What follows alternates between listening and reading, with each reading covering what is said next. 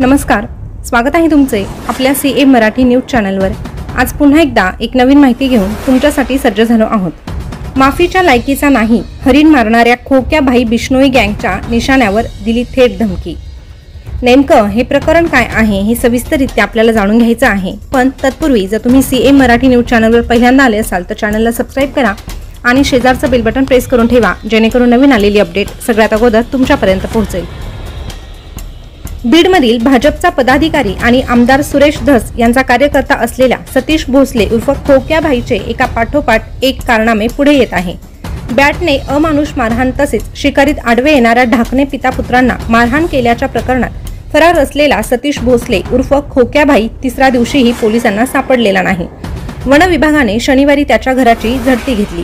त्यात अधिकाऱ्यांना हरणांसारख्या वन्य प्राण्यांना पकडण्यासाठी लागणारे सापळे व इतर सामग्री हाती लागली। यामुळे त्याच्यावर हरणाची शिकार करून मांस खाण्याचे आरोप देखील केले जात आहे। खोक्याबाईने शिरूर तालुक्यातील वनक्षेत्र परिसरात 200हून अधिक वन्य प्राण्यांची शिकार केली आहे। त्यात हरणांचा मोठ्या प्रमाणात समावेश आहे। त्याच्या घराची झडती घेतल्यानंतर जनावरांचं सुकलेलं मांस आणि शिकारीसाठी वापरण्यात येणारं साहित्य, फासे वगैरे सापडले आहेत। दरम्यान या प्रकरणात आता मोठी बातमी समोर आलेली आहे। खोक्याला लॉरेन्स बिश्नोईच्या नावाचा वापर करून धमकी देण्यात आलेली आहे।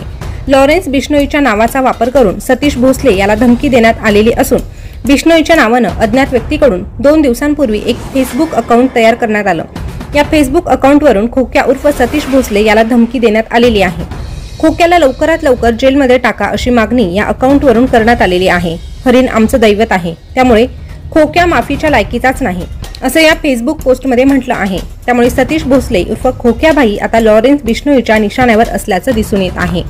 याविषयी तुम्हाला काय वाटतं, तुमच्या काय प्रतिक्रिया आहे हे कमेंटद्वारे नक्कीच कळवा आणि अशाच नवीन ताज्या घडामोडी पाहण्यासाठी आपल्या सीए मराठी न्यूज चॅनलला सबस्क्राइब करा, जेणेकरून नवीन आलेली जी काही अपडेट असणार आहे ती तुम्हाला लवकरात लवकर मिळेल। पुन्हा भेटूया, तोपर्यंत सतर्क रहा आणि काळजी घ्या। धन्यवाद।